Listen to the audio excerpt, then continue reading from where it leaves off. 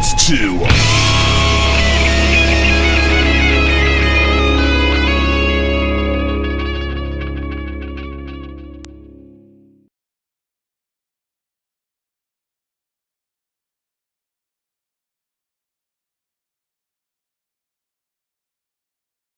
This is Bleach Bangs Music, and we are sitting in with Blake Bedsaul from the band Saul.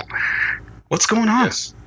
Not much, man. Just happy to be on the air with you. I'm trying not to fanboy out, but I am extremely excited about the success that you guys are going through right now. To watch an independent band do what you're doing right now. Thank you, sir. Yeah, it's been some hard work, but man, it's really starting to pay off, and we are super excited. Can you give us a little background into the band? Yeah, members-wise, Blake Bedsaul, lead vocals. We have my brother, Zach Bedsaul, on guitar backing vocals. William McElravy on bass backup vocals, and then Joe Nichols on drums. Mm-hmm. And so it's cool that Zach and I were a three-piece for a few years there, and our drummer stepped down, and we decided, we're like, while we got this hiatus, while we got this time, let's bring in somebody on the bass. We met up with Will. Just coincidence, he came to a Saul show as a three-piece. We met up with him, hated him, and then invited him up to play bass. So that we got that, and then we got Joe Nichols, and it was a crazy situation with Joe. We were looking for a drummer, and Zach said, screw it, I'm going to start a band mix page. It's for band members to find each other. We contacted Joe, and he's like, it's so crazy because I literally just put all my drums and everything on eBay yesterday. He said, I was done with it. I haven't had any contacts, and it was fate that Joe joined the band as a drummer. It's crazy. Oh, that is too cool. That is too cool. I usually take this time with an album that has just come out. When was that released? I got March on one and February on another, or it's January. Well, we released Brother as a single on January 25th, and then we released the EP in its entirety on March 1st. Okay, that makes more sense. Okay, so I usually ask how well everything's being received. With you being on Octane Accelerator, I know exactly how it's being received. This has been insane, dude. Yep, and it's our third week that we're number one most fun song and most requested, so it's crazy. Yes. So how do you think that has fast-tracked your guys' career? Oh, man, astronomically. It's just the response that we're getting from Twitter and Facebook, and, I mean, everything is just blown up. I mean, Vinny and the guys at Octane, Jose, and all those guys are just crazy, and it's super cool. I mean, we were wrestling fans for years, and to hear somebody like Chris Jericho say we're one of his favorite bands. Dude, I'm telling you, right? It's like, no way he just said that, That is so cool. I mean, because I heard that you were on the Rock of Jericho too, and I'm like, even freaking Chris knows, man. Even Chris knows. I know it. It was really kind of cool. A few years ago, I interviewed Fozzy, and I was interviewing Rich Ward, the guitar player, and I was on the bus, and here comes Jericho out of the back, and he's like eating M&Ms or something. Actually, he counted out like 4 M&Ms and then threw them back into the freezer. I don't know if he was rationing or what, but throws them back in there, and he's carrying on this conversation just over the top, and he's like, "Oh, are you guys doing an interview?" We're like, "Yeah." He's like, "Mind if I join?" I'm like, "Are you fucking kidding me?" Sits right down next to us and just started talking Fozzy with him, and it was awesome. He is an outstanding guy too. And love it. I hope I get to meet him. I can't wait for that. Oh well, I'm sure you will, because if you're on his radar, I'm telling you, he's a personable guy, and he doesn't have that ego that people think that he's going to have. Very cool. That's always good to hear. Right. Yeah. He was wonderful. So, well, back to the interview.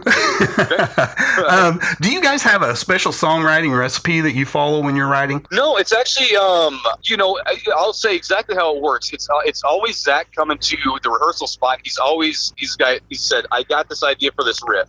or he's got the riff mastered. Everything just unfolds from there, Cool. And it makes it really easy. And Zach and I are always bouncing lyrics back and forth off each other, so it makes it real fast and easy because we're kind of brainstorming as we're going. And when you were a three-piece, did you play bass? Yes, I did. Okay, okay, that's cool. Man. Yeah, I like that whole Motorhead idea. Yeah. Right. When three pieces are done right, they are freaking amazing. But when they're wrong, yeah. Yeah. There's just something missing. But so in 2010, you had an EP called Embrace the Rain. How do you feel like your songwriting has evolved since then? Matured by a long ways. Zach and I were pretty much fresh out of high school at that point, and it's just matured a lot. Awesome.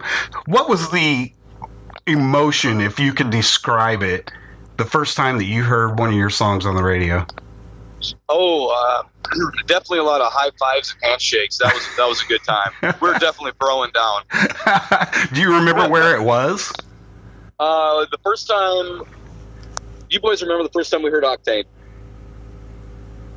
I think we were probably at Joe's house, weren't we?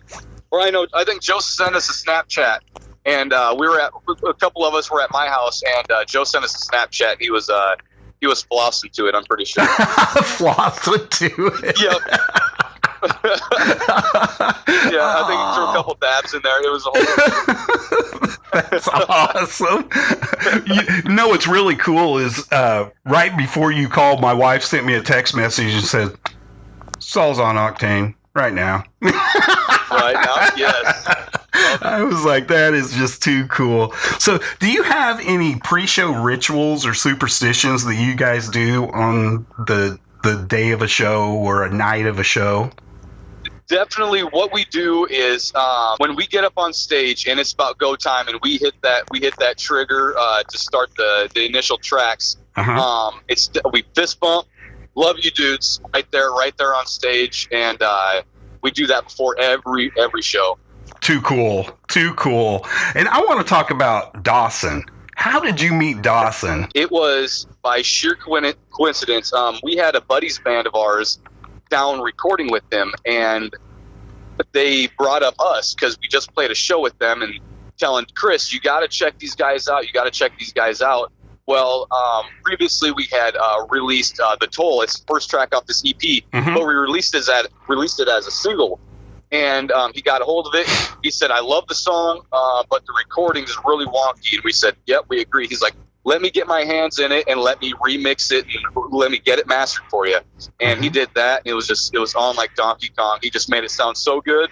Then we just started working with him, and all of a sudden he starts managing us. And it's so crazy because we were huge fans of Seasons After and Chris Dawson that he comes in and he's like, hey, I'm a fan of you guys. Let me be a part of this team. And it's like, no brainer. Get in here, bud. Let's hug it out.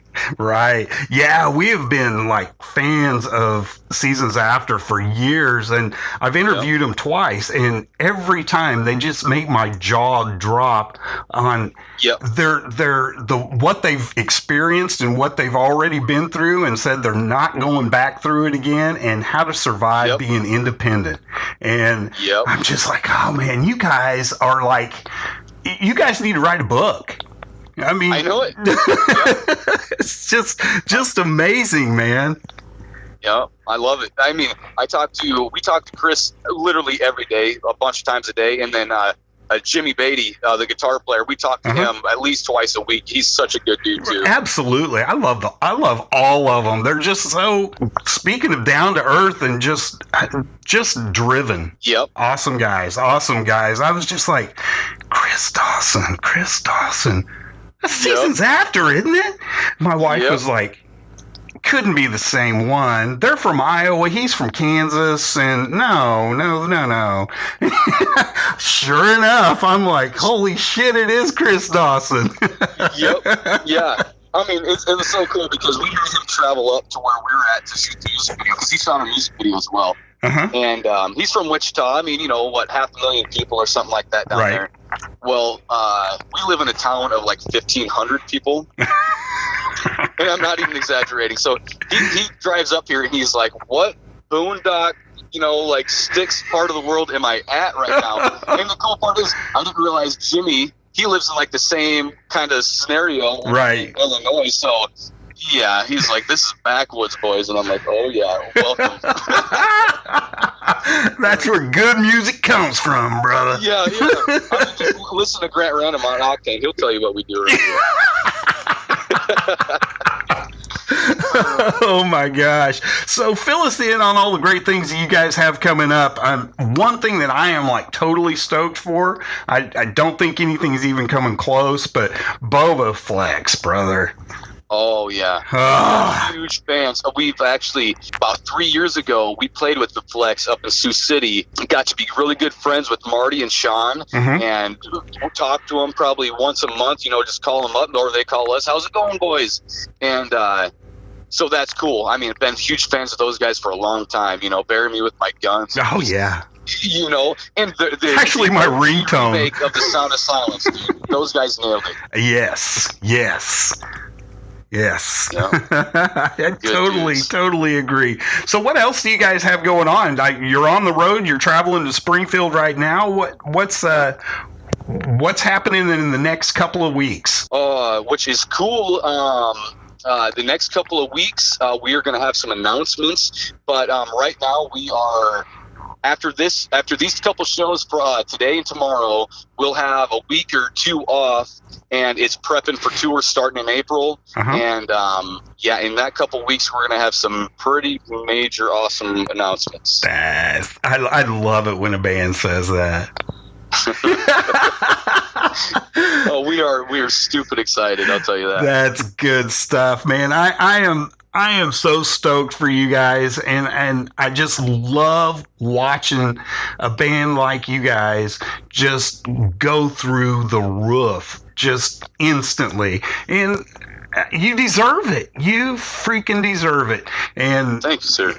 And being independent, that just drives it home even more. So thank you guys for what you're doing, and we are behind you 100%, man. Thank you. And any band out there right now that is thinking about, hanging it up, do not do that. Exactly. Work harder. You'll get there. Trust me. That is too cool. Don't put your shit on eBay. No. Let's not go Joe Nichols and throw it on eBay. Let's keep it around. Awesome. Blake, thank you so much. And I'm going to see you out on the road. I know I will. I'm excited. All right. We got to bro down. You bet. We will. I'll talk to you later. Yeah, thank you, sir. Bye-bye.